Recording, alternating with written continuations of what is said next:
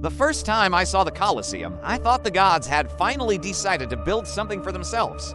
I had returned to Rome after years on the frontier, my body hardened by cold nights and endless marches, my mind trained to expect ambush, not wonder. We entered the city at dawn. Rome was already awake, vendors shouting, sandals slapping stone, the smell of bread and smoke hanging in the air. I followed my unit through narrow streets, half listening to orders, until the road opened wide.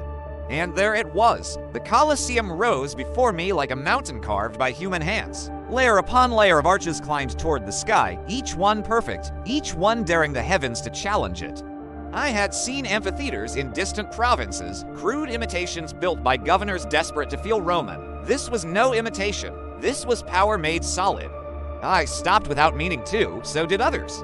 Veterans who had faced charging barbarians stood silent like boys. The stone was pale in the morning light, almost gentle, yet I knew what it was meant for. I could already hear it in my imagination, the roar of the crowd, the clash of steel, the cries of the wounded echoing against those walls until they became something monstrous. An old centurion noticed my stare and laughed. "That," he said, "is where Rome reminds the world who she is." We moved closer. I ran my fingers along the stone as we passed, cool and smooth beneath the scars of my hand. I thought of the slaves who hauled these blocks, the engineers who measured every curve, the emperors who dreamed of immortality and found it in limestone and blood.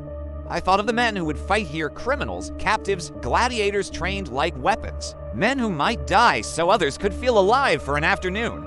A strange feeling settled in my chest. Pride, yes, but also fear. Out on the battlefield, death comes quietly. Here, it would come dressed in cheers. I imagined myself inside, standing on the sand. The sun beating down, the gates creaking open.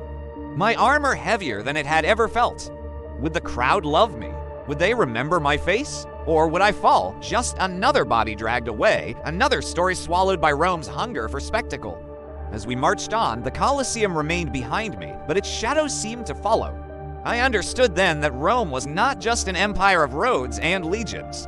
It was an idea built to last forever, even if the men who served it did not. That day, I realized something no commander had ever taught me. A soldier does not fight only for land or orders. He fights to be seen, to matter, even for a moment, just like that towering ring of stone, daring time itself to forget it.